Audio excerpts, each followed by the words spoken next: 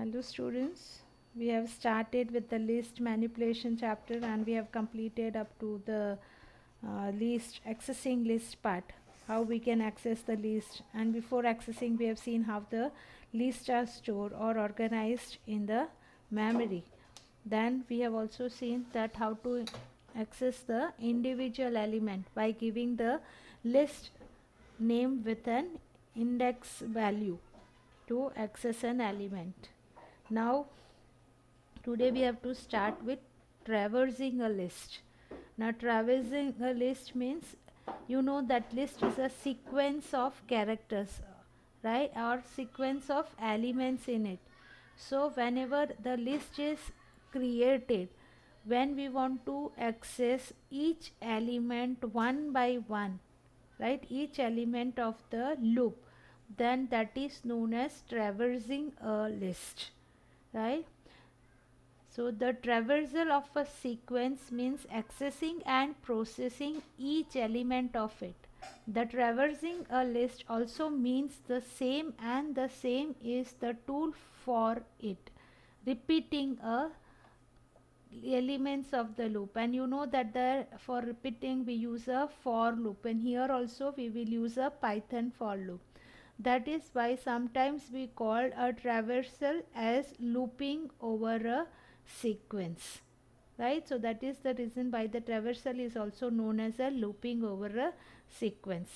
The for loop makes it easy to traverse or loop over the items in a list. The syntax used for that is for, then item name or a variable name in list, and this is the list name, and process each item here. Whether you want to print or that you want to input, you can do that with the help of these statements.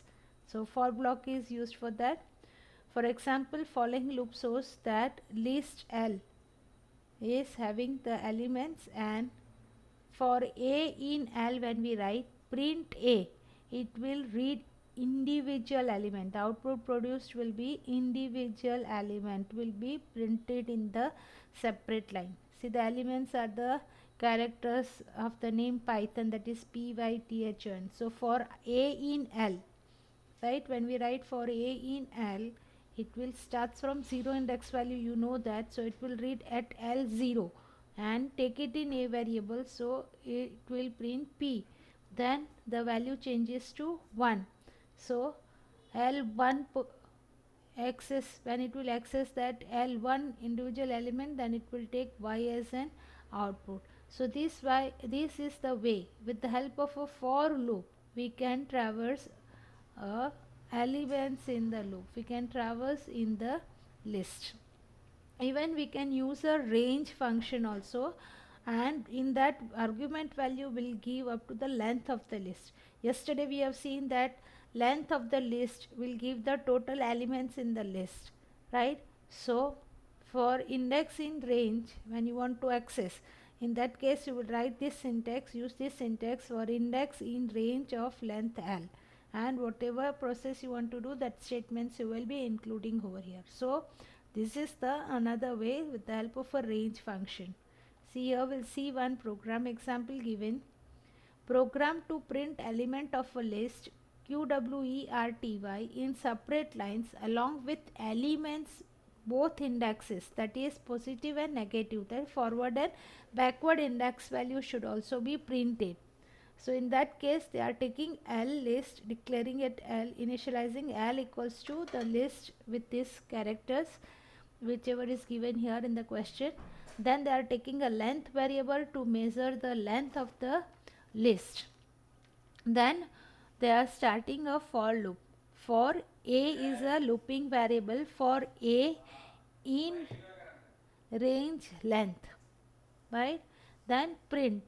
Now at index is A. Now you know that A is a index value, right, and A minus length, that is for the negative index value. Backward index value is total index value minus total length will give you the backward indexing value, and the element as a string and the value for it. So whenever you will run this program, it will take it at index is 0 and this is backward indexing -6. These are the values. Element is q. Same way it will run up to the length. Then the first time it is 0, so it will read about the 0 index value. 0 minus 6 will be -6, and the length is 6, so it will run up to 6 times, right? So then at index is 1, at index is 1, and 1 minus 6 will be -5, so it will give this element as w. Read at 2 index value. This way the loop executes 6 times and you will get all the elements displayed over here in this way, right? A print statement is a part of a for loop. So this is how the transversing of a list sequence is done. That means each character of list is read individually. Then the next topic is comparing list. You can compare two lists using standard comparison operators of Python. You know that comparison operator or relational operators are like less than, greater than, equal to, not equal to. So using these operators only we can compare the two lists also, right? You can Python internally compares individual elements of list and tuples in lexicographical order. This means that to compare equal, each corresponding element must compare equal and the two sequence must be of the same type. That is having comparable types of values. Now see, lexicographically order, I told you the order according to the dictionary arrangement. Now first we will see here how the lists are compared. Here the two lists are given, see L1 and L2. Both has the same elements in it. L1 is also having 1, 2, 3 integers and L2 is also having 1, 2, 3 integers. As the elements are same, then if we compare L1 equals to L2, then the answer comes as a Boolean value true. But if the elements will be different like 3 to 1, then the comparison is done that for the equality will give the answer as false, right? For that we'll just see the example here.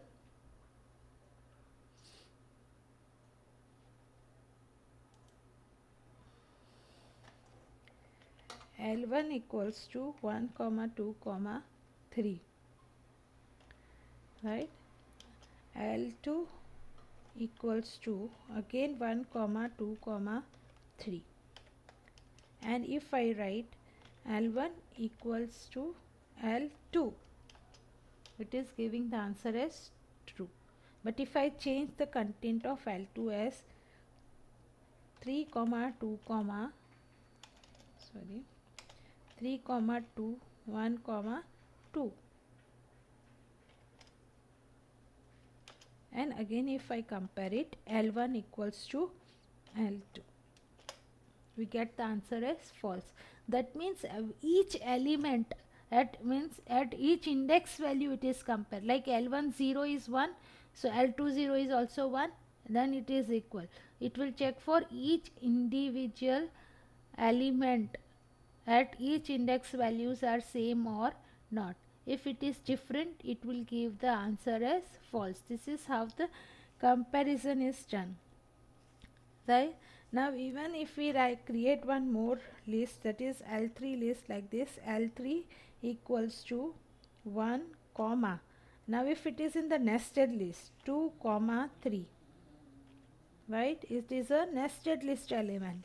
You know that when we create a list inside the list, it is called nested list. The same elements are there. But then too, if we compare like L1 equals to L3, it is giving the answer as false, because the second index value, that is 1, is having the nested list, and the first L1 list is having the individual integer, that is 2. So these two are also different. Clear?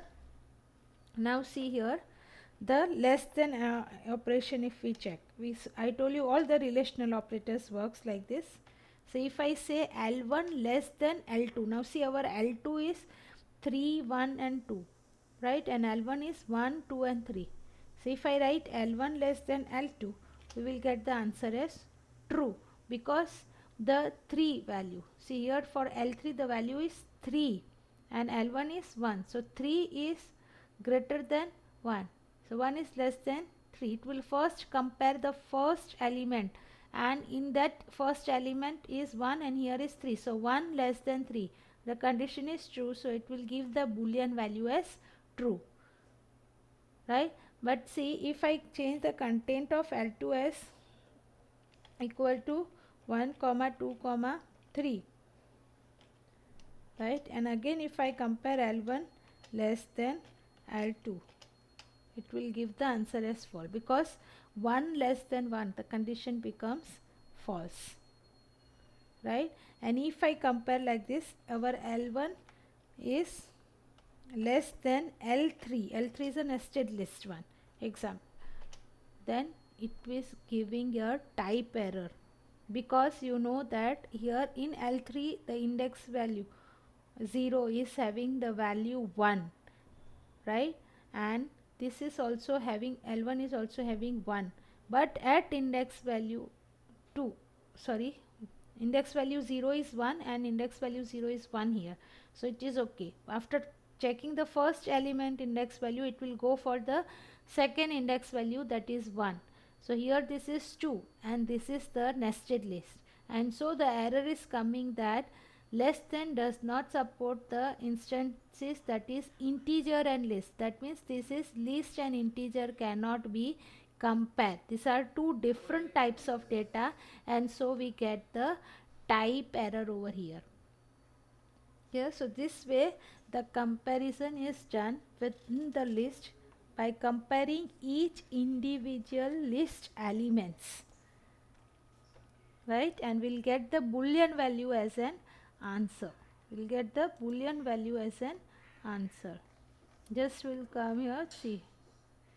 For equality, it is coming only true when we compare two elements of the list, that is all elements are same. But for non-equality comparison, how the list works, see here this is list 1 and this is list 2. Now this answer comes true. This list less than 9 comma 1 is true. Why? Because 1 is always less than 9, the first element 1, and here first element is 9, so 1 less than 9, the condition is true, so this will result to true. Now in this second example, 1 2 8 9 is the first list and 1 2 9 1 is the second list. Now if I write this list less than this list, then 1 less than 1 is false, but 2 less than 2 is false, right, but then at least one element condition is true. See, 8 less than 9, 8 less than 9, this condition is true, so this gives the answer as true. So it compares each and every element of the list, not only the beginning one but all the elements it is checking. Here also if you see, now last example 1 2 8 9 less than 1 2 8 4, here if you check what is there, 1 and 1 is equal, 2 and 2 is equal, 8 and 8 is equal, but here last element, that is 9 less than 4 is, condition becomes false, and so here we get the result as false. So this is how the comparison is done internally for the Python list whenever we use a comparison operator on the list, right. So here also see, A is 2 3, B is 2 3, so A equals to B is true. C is a string, like characters is a list element, so for the comparison it will give false, A equals to C. Then A greater than B, A is 2, here B is also 2, then 3 and 3, so all elements are same, so it will give A greater than B as false. Now D greater than A, D is what, float values 2.0 and 3.0, so it is equivalent to 2 and 3, right, so it is giving answer as true. A less than E, A is 2, then 3 is correct, but then here is none value, that is 0, 0 less than 4, right? So this is what it compares, that is true. Answer will be true. So this is how the comparison is done. So this is for the comparison of the list. Now there are some list operations we can carry out. We have seen yesterday also how to join two lists with the help of a concatenation operator plus sign. That is the list 1 plus list 2. I told you 1, 3, 5 and the second list will be added at 6, 7, 8. I have shown you this practically also yesterday. Right, if there are 3 lists and you want to add that 3 lists together, right, it is added that first list element will be displayed first, then the second list elements and the third list afterwards. So this will be how the addition or concatenation of the list can be done. It will add the elements of all the lists together in a sequence. The list names are given, like first list 1 elements, then list 2 and then the list 3 element, right, and it will create a one new list. The plus operator when used with list required that both the operand must be of list types. You cannot add a number or any other value to a list. For example, see, if this is list 1 given as 10, 12 and 14, and if we write list 1 plus 2, then it will give an error, type error, that list cannot be concatenate with integer value. So for joining the list, we can only use a list type of values with a plus sign, right? Again, see, the second example is given here, that is list is added with a string variable, and so here also it is giving an error. So list can be plus concatenation operator. When you are working on the list, then it should be all the list only. It cannot work with different data types. That is what they want to explain here.